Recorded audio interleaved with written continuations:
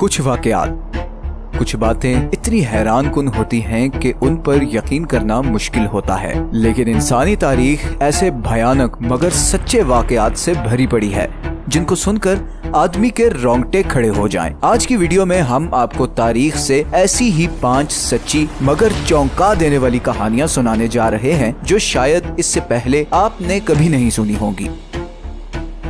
15वीं और 16वीं सदी को इटालियन रेनेसांस का पीरियड कहा जाता है। ये वो जमाना था जब इटली का कल्चर और आर्ट पूरे यूरोप बल्कि पूरी वेस्टर्न दुनिया पे छाया हुआ था। लियोनार्डो डा विंची, माइकलएंजेलो इसी इटालियन रेनेसांस के दौरान पैदा हुए और पूरी दुनिया को ऐसा मास्टर क्लास आर्टवर्क दिया जो इससे पहले इंसानों ने कभी नहीं देखा था।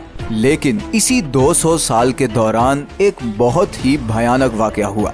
1494 में यूरोप में एक ऐसी बीमारी फैल गई जिसने लोगों को रियल लाइफ ज़ॉम्बीज बना दिया। ये ऐसी खतरनाक बीमारी थी जिसमें आदमी के सर और चेहरे से सारा गोश्त आहिस्ता आहिस्ता उतर जाता था। जरा सोचें कि हर तरफ आपको ऐसे लोग नजर आते थे जिनमें किसी का नाक नहीं था, किसी का कान नहीं था और किसी के तो पूरे चेहरे पे गोश्त ही नहीं होता था। उस जमाने में फ्रांस और इटली में यह नजारा बहुत आम था। अगर आप उस जमाने में यूरोप जाते तो ऐसा लगता जैसे हर तरफ हॉरर मूवीज वाले ज़ॉम्बीज फिर रहे हों। इस बीमारी का नाम है सिफिलिस और ये एक सेक्सुअली ट्रांसमिटेड डिजीज है। उस टाइम पर एंटीबायोटिक्स डिस्कवर नहीं हुए थे और इसीलिए सिफिलिस एक जानलेवा बीमारी थी। ये बीमारी सबसे ज्यादा प्रोस्टिट्यूट्स में पाई जाती थी और इसीलिए 16वीं सदी के बाद इंग्लैंड और यूरोप में प्रोस्टिट्यूशन को सख्ती से रेगुलराइज करना शुरू कर दिया गया। कुछ लोगों का ये भी ख्याल है कि ये एक डिवाइन पनिशमेंट थी उस बेहूदगी पर जो उस टाइम यूरोप में फैली हुई थी। खैर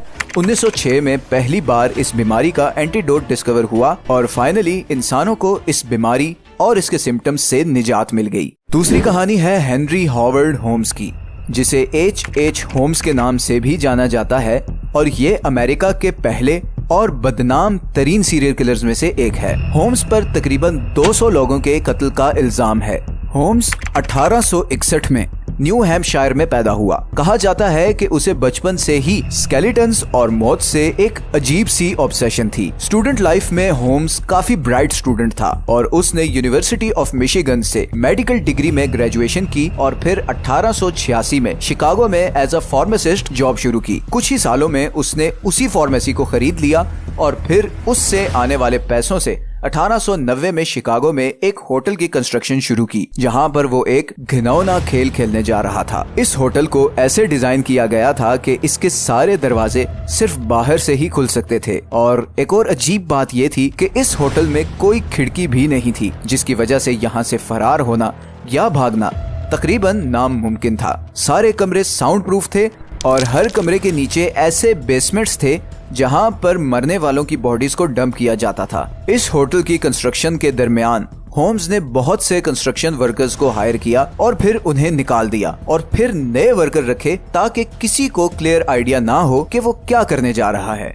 ये होटल बाद में मर्डर कैसल के नाम से मशहूर हुआ। इस घिनौने खेल का आगाज हुआ 1893 में। असल में 1893 में शिकागो में एक बहुत बड़ा एग्जीबिशन होना था जिसमें पूरे अमेरिका से बड़ी तादाद में लोगों और खासकर यंग लड़कियों ने आना था। होम्स ने बड़े बड़े अखबारों में अपने होटल के एड्स छपवाए ताकि आने वाले टूरिस्ट्स उसको रेंट आउट कर सकें। बहुत सारे टूरिस्ट्स ने इस होटल के कमरे बुक करवाए, लेकिन इस होटल में आने वाला कोई भी टूरिस्ट जिंदा वापस नहीं जा सका। जब भी गायब होने वाले टूरिस्ट के रिश्तेदार या जानने वाले होटल पर आते तो होम्स उन्हें वो रजिस्टर दिखाता जहां पर उन सब टूरिस्ट्स की एग्जिट डेट होती थी। आहिस्ता आहिस्ता इस होटल के आसपास रहने वाले पड़ोसियों को ये बात खटकने लगी कि जो भी टूरिस्ट इस होटल में जाता है वो वापस बाहर नहीं आता।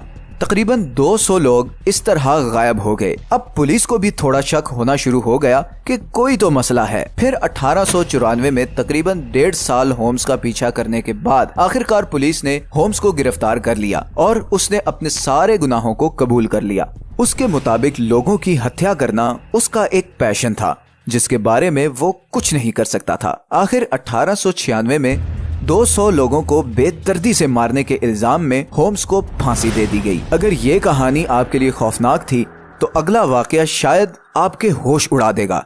सिर्फ 32 साल की उम्र में आधी से ज्यादा दुनिया को कंकर करने वाले अलेक्जेंडर द ग्रेट यानी सिकंदर आजम को कौन नहीं जानता। अलेक्जेंडर की मौत हमेशा से हिस्टोरियंस के लिए एक मिस्ट्री रही है।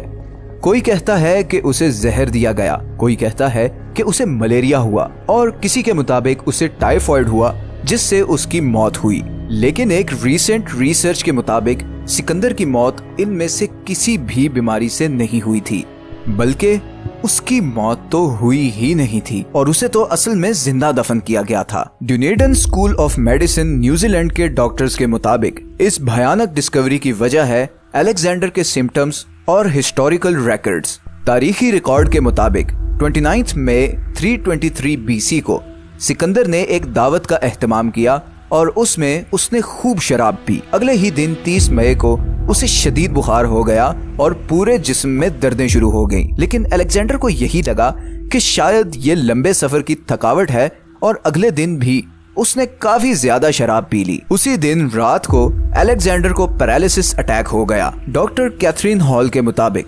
अलेक्जेंडर को असल में गिलेन बारे सिंड्रोम नामी ब्रेन डिसऑर्डर हुआ था, जिसमें आपके जिस्म का इम्यून सिस्टम अपने ही नर्वस सिस्टम पर अटैक करता है और उसके नतीजे में मरीज बिल्कुल पैरालाइज होकर रह जाता है। ये पैरालिसिस इतना सख्त होता है कि मरीज का सांस बहुत आहिस्ता हो जाता है और ये पता लगाना मुश्किल होता है कि आदमी जिंदा भी है कि नहीं, क्योंकि उस जमाने में डॉक्टर्स पल्स चेक नहीं करते थे बल्कि सांस के चलने या ना चलने से जिंदगी मौत का फैसला करते थे। ये बीमारी आज भी हर 1 लाख में से एक आदमी को होती है। तो डॉक्टर कैथरीन के मुताबिक अलेक्जेंडर की मौत की असल वजह थी सूडोथैनाटोस, जिसे फॉल्स डायग्नोसिस ऑफ डेथ भी कहा जाता है। अलेक्जेंडर को असल में पैरालिसिस हुआ था, मगर जब उसके साथियों ने देखा कि कई दिन गुजरने के बावजूद उसके जिस्म में कोई हरकत नहीं, तो उन्होंने उसे मुर्दा समझा और जिंदा ही दफना दिया। तो दुनिया के सबसे ताकतवर जनरल को जब दफनाया गया तो वो मरा नहीं था बल्कि शायद जिंदा था।